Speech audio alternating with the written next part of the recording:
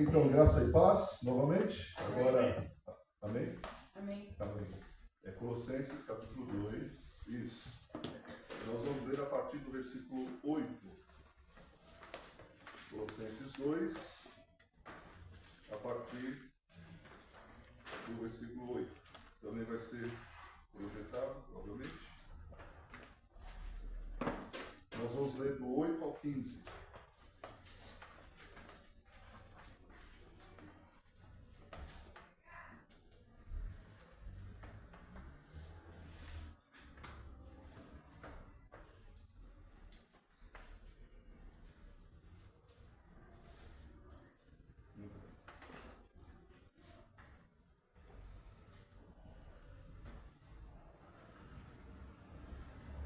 Eu vou ler na minha versão, que estarei utilizando hoje. É a Bíblia Apologética, é a versão corrigida e revisada, fiel ao texto original. Os irmãos acompanhem então a leitura ou na tela, ou no seu smartphone, ou na sua Bíblia, na tradução que vocês tiverem. Diz assim o texto da palavra. Colossenses 2, versículo 8.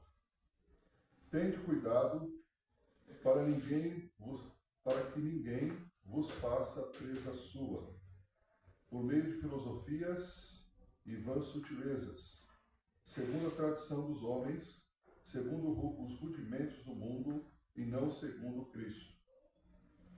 Porque nele habita corporalmente toda a plenitude da divindade. Estais perfeitos nele, que é a cabeça de todo principado e potestade, no qual também estáis circuncidados com a circuncisão não feita por mãos, no despojo do corpo dos pecados da carne, a circuncisão de Cristo. Sepultados com ele no batismo, nele também ressuscitastes pela fé no poder de Deus, que o ressuscitou dentre os mortos.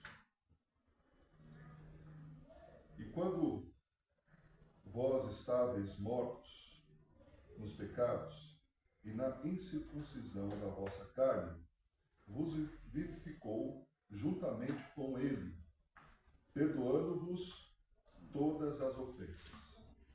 Havendo riscado a cédula que era contra nós nas suas ordenanças, a qual, de alguma maneira, nos era contrária, e atirou no meio de nós, cravando-a na cruz. E despojando os principados e potestades, nos expôs publicamente e deles triunfou em si mesmo. Amém? Amém. Que o Senhor abençoe sua palavra em nossos corações nessa manhã. É um texto riquíssimo. Alguns consideram que o versículo 9 seja o versículo que concentra toda a ideia do apóstolo Paulo, no sentido de que em Jesus habita corporalmente toda a plenitude da divindade. É um texto apologético, é um texto que fala sobre essa questão que Paulo está combatendo ali na cidade, não só na cidade, mas já está reverberando em outras cidades, pelo menos duas delas são identificadas aqui na carta, pelo qual Paulo, então, ele diz, olha, leia essa carta, Epáfras, leia essa carta, não só em Colossenses, mas lê também em outras cidades. E no final da carta, também a gente vai ver essa orientação do apóstolo Paulo. Bom, nós temos então esses primeiros versículos a serem considerados, depois nós vamos considerar os outros, se houver tempo. Mas, veja só, pode passar mais uma tela para a gente ver? Então, podemos considerar, hoje eu vou trazer duas afirmações, vamos ver se eu consigo trazer duas afirmações teológicas, ou pelo menos uma delas. Mas vamos começar com essa. a ideia central do texto. Mas se fôssemos resumir toda a mensagem em uma frase, a frase seria essa: o Evangelho é superior à filosofia humana. Nesse sentido, nós podemos ver que o apóstolo Paulo ele coloca 3 saberes importantes para que tenhamos uma mente cristocêntrica. Na mensagem do domingo passado, nós falamos sobre o coração cristocêntrico. Então temos trabalhado assim, sempre nessa ideia da cristocentralidade, ou seja, Cristo no centro dos pensamentos, Cristo no centro do coração, Cristo no centro da igreja, a igreja em Cristo. Então, sempre trazendo essa ênfase muito importante, muito necessária, porque há toda uma conspiração para roubar nossa devoção, nossa mente, nosso coração de estar centrado em Cristo. Então, nós vimos uma igreja cristocêntrica, uma oração cristocêntrica, um coração cristocêntrico, uma mente cristocêntrica agora. Né? E nós olhando aqui para o texto, ele já começa com um alerta, uma advertência. Versículo 8. Tende cuidado para que ninguém vos faça presa sua. Paulo usa uma linguagem de caça, uma presa. Um animal que, indefeso, que ele é preso pelo seu devorador. Ninguém vos faça presa sua. Com qual instrumento? Filosofias e vãs sutilezas. Coisa que assim, parece razoável, parece algo, um argumento, trabalhar com palavras, usando muito da filosofia grega, só que levando para a distância, distanciando o coração, distanciando a mente da centralidade de Cristo. A questão, irmãos, que isso aconteceu lá no primeiro século, mas acontece até hoje. Muita gente está sendo enredada. Muitas mentes estão sendo presas. Muitos corações estão sendo presos. Estão cativos dessas filosofias. E gente assim, eu não estou falando assim, só da pessoa assim que talvez não tivesse algum estudo, que não tivesse talvez um conhecimento bíblico. Nós vemos pessoas que supostamente tinham um conhecimento bíblico, ou se dizia ter um conhecimento bíblico, que já estava na igreja há algum tempo, que já tinha frequentado a escola bíblica dominical, inclusive, que já tinha ouvido vários sermões. E quando nós vemos também na internet alguns que até então eram defensores da ortodoxia, começaram a entrar no caminho da heresia por vãs filosofias, por vãs sutilezas. Então, quando nós olhamos aqui, nós vemos que os colossenses eles estavam atraídos por um tipo de salvação mística, intelectual, especulativa e pela busca de contato com poderes espirituais. Tem muita gente que se diz crente evangélico que é esotérico. Tem muito, hoje a gente vê muita gente que diz que é evangélico, mas que frequenta outros arraiais. Tem muita gente que vem à igreja no culto do domingo, mas durante a semana consome conteúdos que é totalmente contrário daquilo que foi pregado no domingo. Se diz hoje que É muito difícil o pastoreio, porque o pastor ele tem uma fração de tempo para com as suas ovelhas. Veja, por exemplo, eu coloquei aqui no alarme 30 minutos, talvez um pouquinho mais, uns 40 minutos. Mas o que é 30, 40 minutos no diluir de uma semana inteira? E outra, também nós vemos que a frequência ela tem caído cada dia. Então, assim, aquilo que o membro da igreja, isso em termos gerais, ele recebe a partir do púlpito, porque o Espírito Santo fala através das igrejas, o Espírito Santo fala através dos pastores, isso está bem patenteado na própria palavra, como está acontecendo agora. A edificação espiritual, o crescimento, o doutrinamento, a doutrina correta. Paulo, o instrumento que ele teve de comunicação de uma doutrina correta, para até ser um conteúdo apologético. O que é apologética? Defesa da fé. Declassar. Apologia significa defesa. Apologética significa defesa da fé. O apóstolo Paulo, então, tinha como instrumento uma carta, que essa carta foi lida pelo pastor da igreja. E eu creio que, assim, foi lida na íntegra. Como nós estamos fazendo também nas exposições de Colossenses, olha, vamos até esse versículo. Então, o que esses versículos estão dizendo?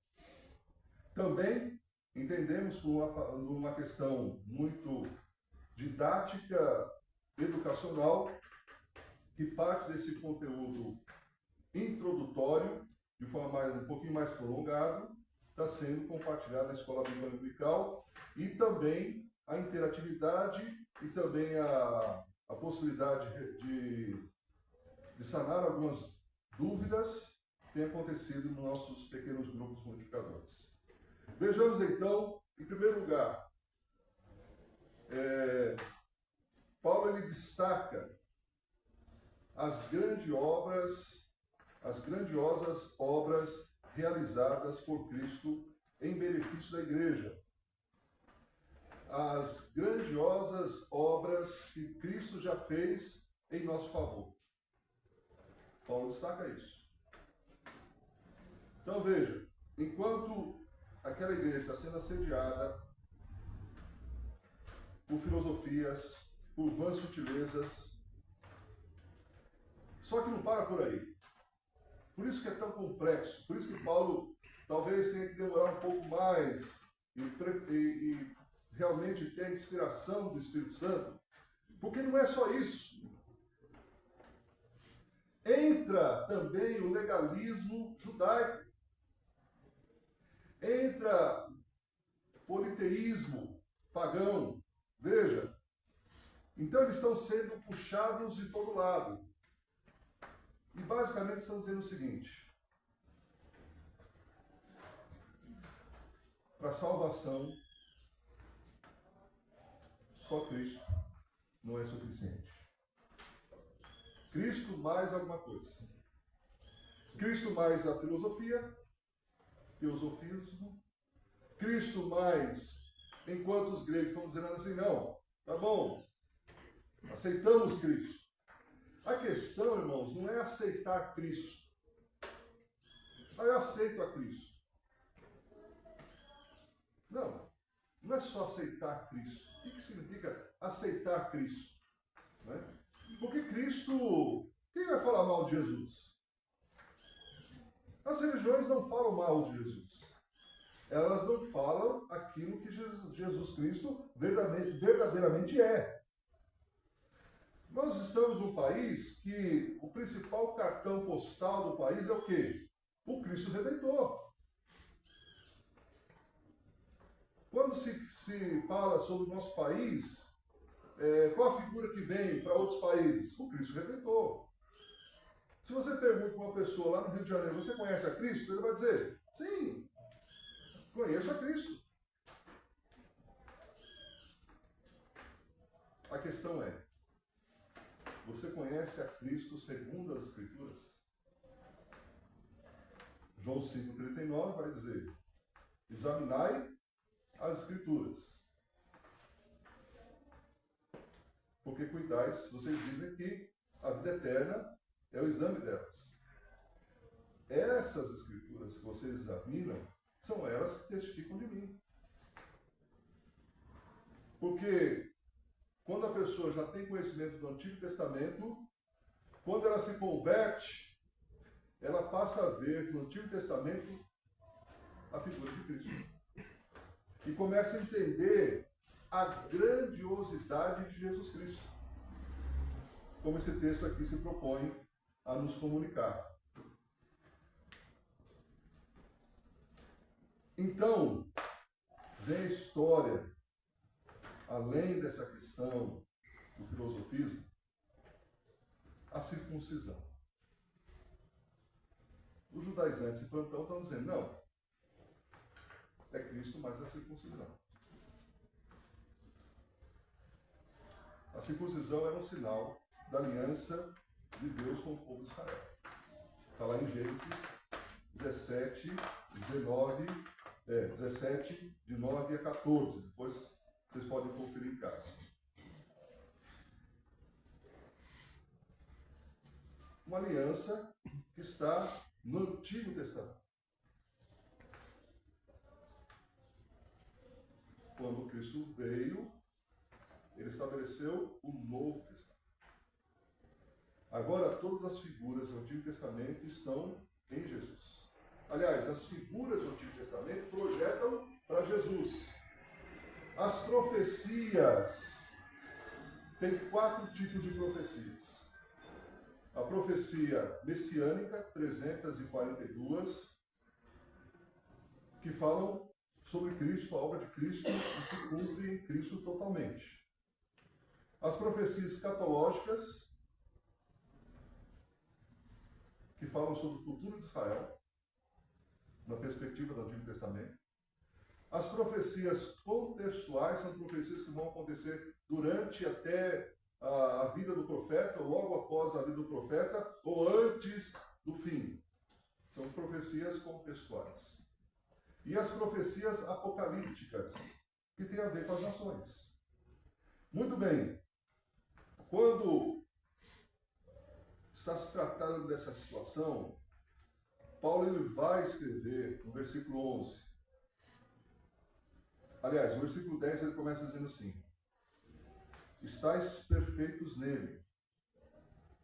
Ou seja, a palavra telios, que foi traduzida como perfeito, é a palavra maduro. Vocês estão perfeitos nele. Vocês estão maduros nele. Ele é o cabeça.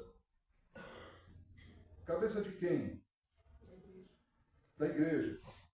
Mas aqui Paulo vai dizer assim, que Jesus Cristo é cabeça de todos, de todo, versículo 10, todo principado e potestade. Ele é o Senhor absoluto de tudo que existe.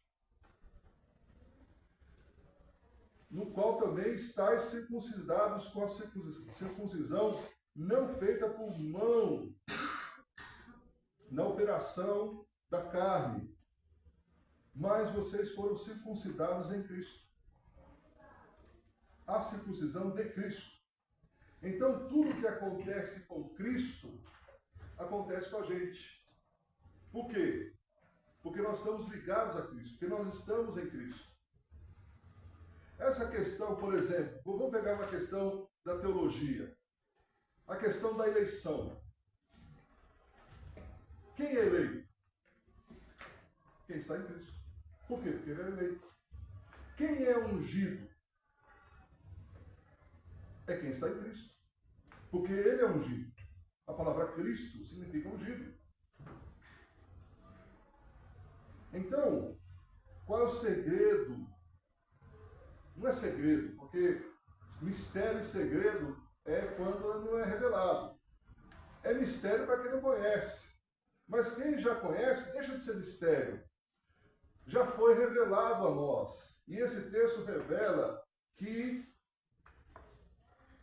para se ter salvação, para se ter plenitude espiritual, basta uma coisa: Cristo. Estar em Cristo. Amar a Cristo. Ser apaixonado por Cristo. Pensar em Cristo. Pensar assim: tá, se Jesus estivesse em meu lugar, o que ele faria? Se Jesus estivesse em meu lugar, o que ele não faria? Pensar mais em Cristo. A nossa devoção é roubada a cada instante. Nós nos apegamos com coisas, time de futebol, marcas de roupa, automóvel, casa, família. Essas coisas têm uma certa legitimidade. Mas essas coisas não podem roubar nosso coração de Cristo. A nossa mente de Cristo. Por isso, o apóstolo Paulo ele propõe que devemos saber a nossa mente, porque assim, mente e coração, o famoso 14 centímetros, da mente do coração para a mente. Eu não sei até que ponto se faz essa divisão. O ser humano é complexo, é completo em 3 áreas, pelo menos.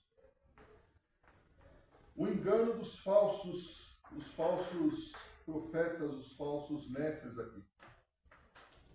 Então, o que Paulo está dizendo? Olha, gente, em lugar da transformação ou da incisão, vamos colocar essa palavra incisão, termo médico, incisão, ou seja, cirurgia, era uma cirurgia bem precária, né? Quando começou a fazer essas cirurgias, tinha gente que ficava de febre, tinha gente que morreu de febre, inclusive, né? Ou que foi morto porque estava fraco ao fazer essa cirurgia de forma muito rudimentar. Essa incisão exterior não pode tomar o lugar da transformação interior. Ou seja, em lugar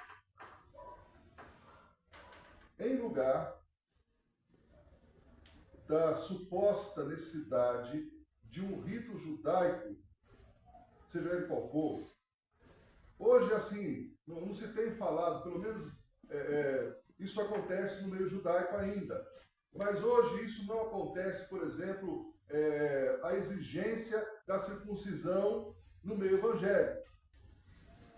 Mas tem o sábado. A exigência do sábado. A exigência, a ornamentação do culto, da plataforma de culto, do altar. Por exemplo, muitas igrejas compram ou mandam fazer a arca do concerto. Eu já estive pregando em igreja que tinha a arca do concerto. Candelabro. Bandeira de Israel. É isso que Paulo está dizendo. Gente, isso não tem valor nenhum. Se é um culto missionário, você pode colocar a bandeira de Israel, pode colocar a bandeira dos Estados Unidos, pode colocar a bandeira do Iraque, pode do Irã, pode... Gente, mas não como instrumento ou ornamentação para o culto a Deus. Eu já fui visitar uma igreja lá em Salvador, na Bahia, né, pelo navio, que o pastor se vestiu como se fosse um rabino judaico. Aliás, um sacerdote, com toda a... Só faltou as pedras preciosas do peitoral. Dança judaica. Festa não sei das quantas lá dos judeus. Pasmem, numa igreja batista. Porque, gente, onde estamos? Será que o pessoal não leu? Será que esse líder não leu essa carta? Não é possível. Será que esse líder não leu Hebreus? Que é muito claro em relação a isso. Não, é Cristo mais alguma coisa. É Cristo mais outra coisa. É Cristo, irmãos, não caiam nessa ladainha. Não é Cristo mais o pastor. Tem gente que faz um altar para o pastor, um pedestal para o pastor. Existe a tal da pastolatria. Não adora um santo de imagem e escultura, mas é como se adorasse um pastor. Tudo que ele fala, e se o pastor vai para outro segmento, ou vai para outra igreja, esse pessoal já não vai mais para a igreja por conta, ou segue por conta que acha que é ele e não Cristo. É muito sutil. Paulo também lhe propõe, em segundo lugar, uma vida radicalmente nova. Ressuscitação da vida espiritual em lugar do legalismo religioso. Deixa eu contar uma história. Um indivíduo chega numa igreja e esse indivíduo ele era alcoólatra. E ele tinha tomado todas naquela manhã e ele resolveu entrar numa igreja. Todo, as pernas trançando. E aí então, era exato um dia do batismo daquela igreja. E ele foi então colocar na fila para o batismo. Chegando lá, o pastor perguntou assim: qual é o seu nome? Não perguntou se acreditava em Cristo ou não, se havia se convertido ou não. Qual é o seu nome? E ele falou assim: meu nome é Moacir. Tá. De hoje em diante, seu nome não será mais Moacir. Seu nome vai ser Eliseu. Com qual autoridade? Com qual autoridade um pastor chega e troca o nome de outra pessoa? O único que pode fazer isso é Deus, é Jesus. E quando nós formos para a eternidade, nós receberemos um novo nome escrito na pedrinha branca, conforme está escrito em Apocalipse. Mas esse pastor, ufonando, né, uma certa espiritualidade, diz assim: o importante não é o que você crê, o importante não é o que você faz, não vai fazer a partir de hoje, o importante é que seu nome agora é Eliseu. Você não vai chamar mais Moacir, você vai chamar Eliseu. O Eliseu, o Moacir, suposto Eliseu, chega em casa, abre a geladeira, olha para a latinha de cerveja e diz assim: seu nome não é mais Skol, seu nome é Danone.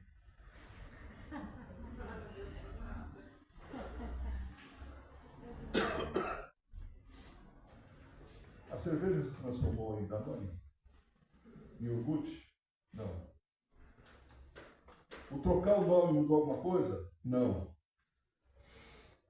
Aquele indivíduo, foi trocado o nome daquele indivíduo, só que aquele indivíduo não mudou. Não adianta ter o nome de evangelho se não muda a cabeça, se não muda a vida, se não muda o coração, se não é o coração cristocêntrico. Que está na igreja, mas tem a mente mundana. Está na igreja, mas o coração é mundano. Não vê a hora de terminar o culto.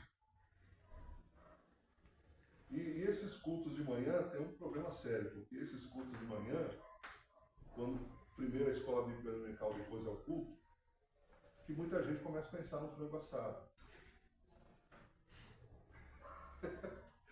Muita gente começa a pensar no almoço.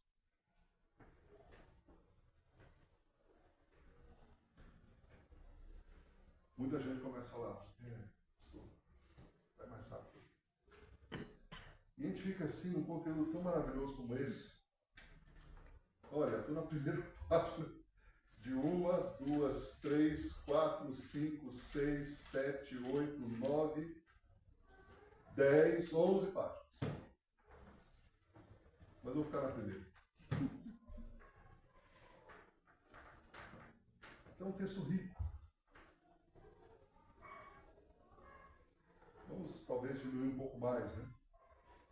O cronograma. A gente fez um cronograma até para que cada professor pudesse trabalhar com um segmento, né, de textos, de versículos, mas vamos nos concentrar nisso aqui. Saber quem é Cristo. Veja aí o versículo 9. Quem é Cristo? ele é a plenitude, a imagem do Deus invisível. Estudando esse texto, eu escrevi algo que eu já ouvi aqui no culto. Quando o seminarista Rodrigo trouxe a mensagem de Colossenses 1, de 15 a 23, ele falou algo muito interessante. Os homens usam máscaras para se esconder. Deus usa a máscara, Jesus, para se revelar. Uma frase atribuída a Martim Lutero, Colossenses 2:9. Jesus é a imagem visível do Deus invisível. Filipe diz, mostra-nos o Pai. Jesus diz, estou tanto tempo com vocês, e vocês ainda não viram. Em sua encarnação e em sua glorificação, Jesus é plenamente Deus. Jesus não deixou de ser Deus quando ele se encarnou. Ele é Deus desde antes e o será durante toda a eternidade. No concílio de exame pastoral, me perguntaram assim, quem morreu na cruz? Foi o homem? Foi Jesus homem? Ou foi Jesus Deus?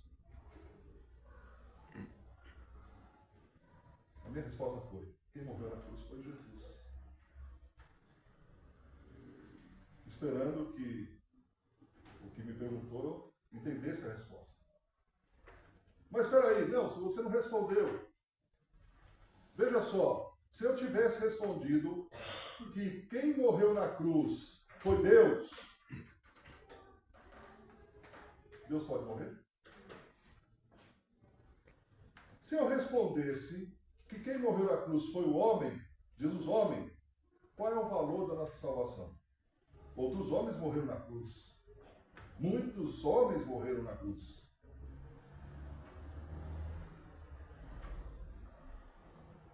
Quem morreu na cruz foi Jesus Cristo, plenamente Deus, plenamente homem. Essa questão foi resolvida no ano 451 da era cristã, no concílio de Calcedônia, quando se declarou et vero homo, et vero Deus. Verdadeiramente homem, verdadeiramente Deus. A união hipostática de Jesus. Quando ele se torna Deus, quando ele é Deus, quando ele se torna homem, é o único ser do universo que tem duas naturezas. A natureza humana e a natureza divina, desde a encarnação para todo sempre.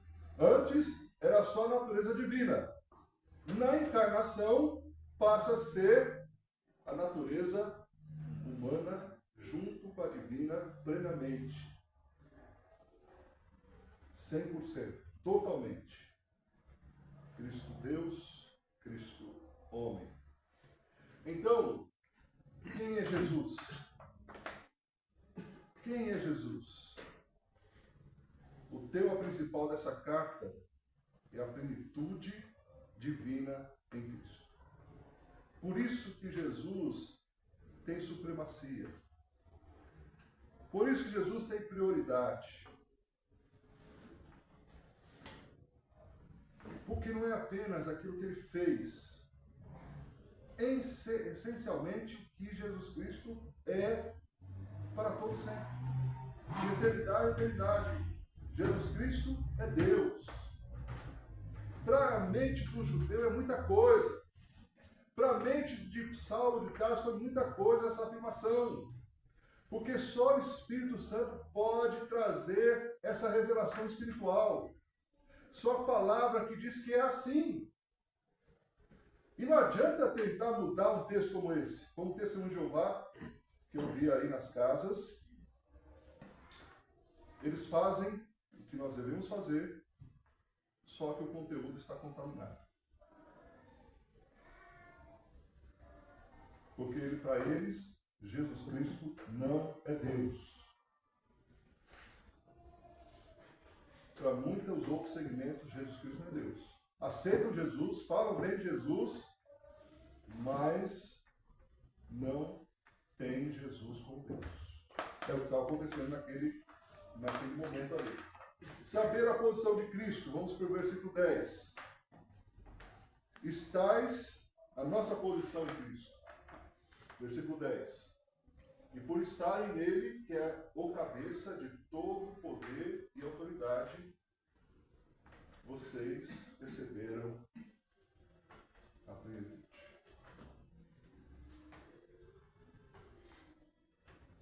Em outra, na minha versão está: estais perfeitos nele, ou plenos nele, que é o cabeça de todo o principado e potestade. Então, qual é a posição que nós encontramos em Cristo? A posição de plenitude. Não a nossa, intrinsecamente, mas nós recebemos de forma atributiva. E por último, o outro saber que precisamos é o saber quem somos em Cristo. A nossa posição e que somos em Cristo. Em Cristo nós temos a plenitude. Ponto. Em Cristo nós somos plenos. Ah, pastor, mas me vejo tão cheio de imperfeições. Ah, pastor, mas eu ainda estou lutando contra uma tendência. Ah, pastor, mas meus pensamentos vivem pensando em outras coisas. Ah, pastor, mas é tão difícil pensar sobre o céu, pensar sobre a eternidade. Ah, pastor, mas eu só consigo pensar nas coisas do dia a dia. E tem uns que não pensam nada mesmo. Não pensam sobre isso, não refletem sobre isso. São religiosos. Mas para aqueles que estão em Cristo, a boa notícia é: aquele que começou boa obra em vós, há de concluí-la até o dia de Jesus. Aos olhos de Deus, nós já somos plenos.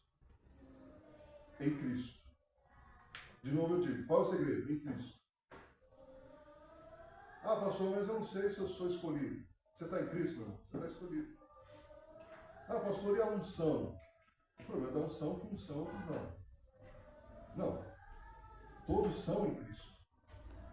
Ah, pastor, mas em Cristo. Porque Deus nos olha sobre a ótica de Cristo.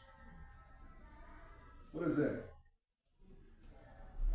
a distância até que eu enxergo bem, consegue chegar lá, Renata, tranquilo. Mas meu problema hoje é enxergar de perto, então eu tenho que colocar o óculos. Deus nos vê através do óculos de Cristo, através da lente de Cristo. Por quê? Porque nós estamos nele. E se nossa mente ela tivesse a convicção desses três saberes, se a nossa mente, vamos lá para a última tela que agora o final, a conclusão. Precisamos conhecer bem a palavra para que não sejamos enganados pela falsa filosofia. E é falsa mesmo. Parece, porque assim, filosofia é uma coisa, primeiro que a filosofia permita-me um pouquinho, né, de conhecimento, desde Sócrates, né, a pré-socrática, pós-Sócrates. Sócrates ele apenas nos perguntava: por que se estuda a filosofia? Para aprender a pensar, e não para concluir algumas coisas. O grande benefício da filosofia é que te ajuda a pensar em várias perspectivas, e não para concluir perspectivas. Em Cristo temos a fonte na qual flui todas as bênçãos. Em Cristo. Em Cristo nós somos abençoados com toda sorte de bênçãos espirituais. Terceiro e último. A plenitude da essência de Deus está em Cristo. Não existe nada que justifique a busca em outro lugar. Outra ajuda. Em outro lugar, ajuda, salvação e maturidade espiritual. Isso significa também, irmãos, que não precisamos ir atrás de pregadores eloquentes. Eu prefiro porque existem dois tipos de líderes, de pastores e pregadores. O carismático sem caráter e o carasmático com caráter.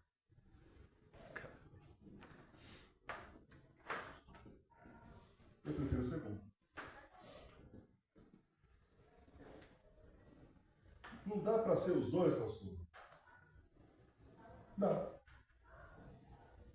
Mas só para dizer que existe aqueles que as pessoas acabam seguindo, tem milhares de seguidores, né? Falam bem, articulam as ideias, usam da filosofia, mas não tem caráter. No frigir dos ovos, vê que ele não glorifica a Deus, que não tem Jesus como Senhor.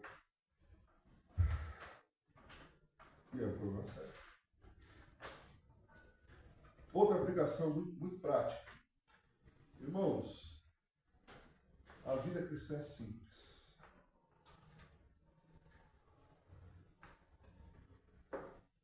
A igreja, ela se edifica quando aqueles que estão em Cristo se ajuntam para orar juntos, para estudar a palavra, para ter comunhão uns com os outros, para louvar a Deus.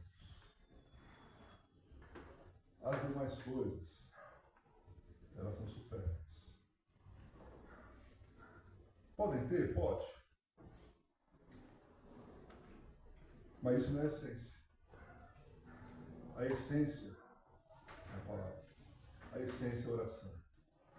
A essência é louvar a Deus de todo o coração. A essência é pensar e orar pelos povos. Essa é a essência. As demais coisas é como se fosse uma árvore. Os frutos, a essência produz os frutos. As folhas embelezam. As flores embelezam. Mas quem sustenta são os frutos. Amém? Que Deus tenha misericórdia de nós e continuemos firmes e fortes em Cristo. Amém? Oremos. Senhor nosso Deus, te louvamos pela tua palavra, e nesse texto tão cristocêntrico, tão apologético, que nos alerta, que nos adverte daquilo que acontece, de tantas ideias, tantas filosofias, tantos modismos eclesiológicos, eclesiásticos, coisas que tentam, de forma muito sutil, roubar a nossa devoção, a nossa convicção que está em Cristo. Sabemos, ó Pai, que a mente cristocêntrica jamais será enganada, que o coração cristocêntrico jamais será enganado. Permita-nos a termos um coração cristocêntrico e uma mente cristocêntrica. Que assim seja, em nome de Jesus. Amém. Temos uma música, depois avisos.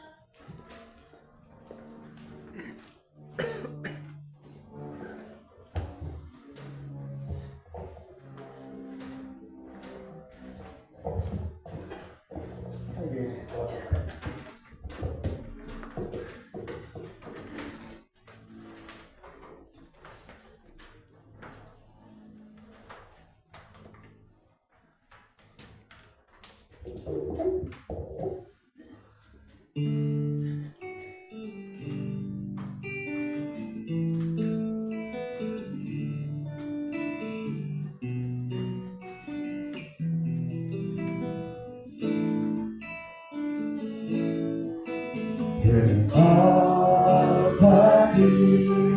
Senhor. Jesus, já não quero ser igual. Renova-me, Senhor Jesus, põe em teu coração, porque tudo que há dentro de mim necessita ser mudado, Senhor, porque tudo que há dentro do meu coração necessita mais de ti. Renova-me, Senhor Jesus, já não quero ser igual. Renova-me, Senhor Jesus, põe em mim teu coração, porque tudo que há dentro de mim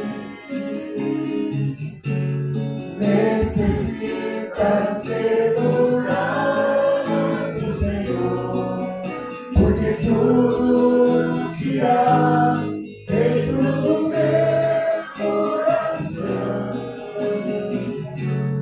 necessita